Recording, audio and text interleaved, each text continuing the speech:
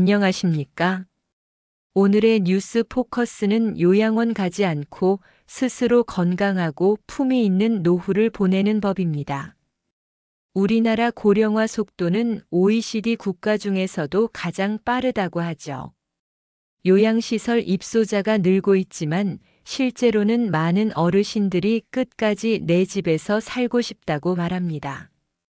그렇다면 어떻게 해야 요양원에 가지 않고 건강한 노후를 보낼 수 있을까요? 첫째, 건강이 곧 독립입니다. 보건복지부에 따르면 요양원 입소자의 절반 이상이 근력 저하와 낙상 사고로 인해 스스로 생활이 어려워졌기 때문이라고 합니다. 하루 30분 걷기, 주 3회 근력 운동, 충분한 단백질 섭취는 가장 기본적인 예방법입니다. 낙상 사고를 예방하기 위해 욕실에 손잡이를 설치하고 밤에는 센서 조명을 켜두는 것도 중요합니다.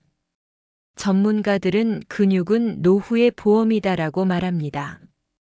둘째, 돈이 아니라 흐름이 답입니다. 국민연금, 퇴직연금, 개인연금의 3층 구조를 점검하고 생활비를 단순화해야 합니다. 집의 일부를 임대하거나 시니어 재취업을 통해 소규모라도 현금 흐름을 유지하는 것이 중요합니다. 최근에는 온라인 강의나 리뷰 작성처럼 집에서 할 수 있는 일거리도 늘고 있습니다. 한 60대 시민은 이렇게 말했습니다. 일주일에 2번만 일해도 내 돈으로 커피 마실 수 있는 게 행복이에요. 셋째, 내 집이 곧 최고의 요양원입니다. 살던 곳에서 계속 살고 싶다는 노년층이 80%를 넘지만 실제로는 불편한 구조 때문에 시설로 옮기는 경우가 많습니다. 문턱을 없애고 미끄럼 방지 바닥으로 교체하고 욕실에 손잡이를 설치하는 것만으로도 큰 변화를 만들 수 있습니다. 동네 병원, 약국, 마트, 공원이 도보 10분 안에 있는 생활권 주거 역시 삶의 질을 결정하는 핵심 요소입니다. 넷째, 관계가 약이면 병이 옵니다. 서울대 연구에 따르면 사회적 고립은 흡연보다 사망률이 높다고 합니다. 하루 한 번 누구와 대화하는 것, 일주일에 한 번 모임에 나가는 것만으로도 치매와 우울증 위험이 크게 줄어듭니다. 각 지자체에서는 시니어 커뮤니티 센터, 걷기 모임, 50 캠퍼스 등 노년층의 사회적 교류를 돕는 프로그램을 운영 중입니다. 전문가들은 말합니다. 대화는 약보다 강력한 항우울제이고 외출은 운동보다 좋은 치료제입니다. 다섯째, 마음의 근육을 잃지 마세요.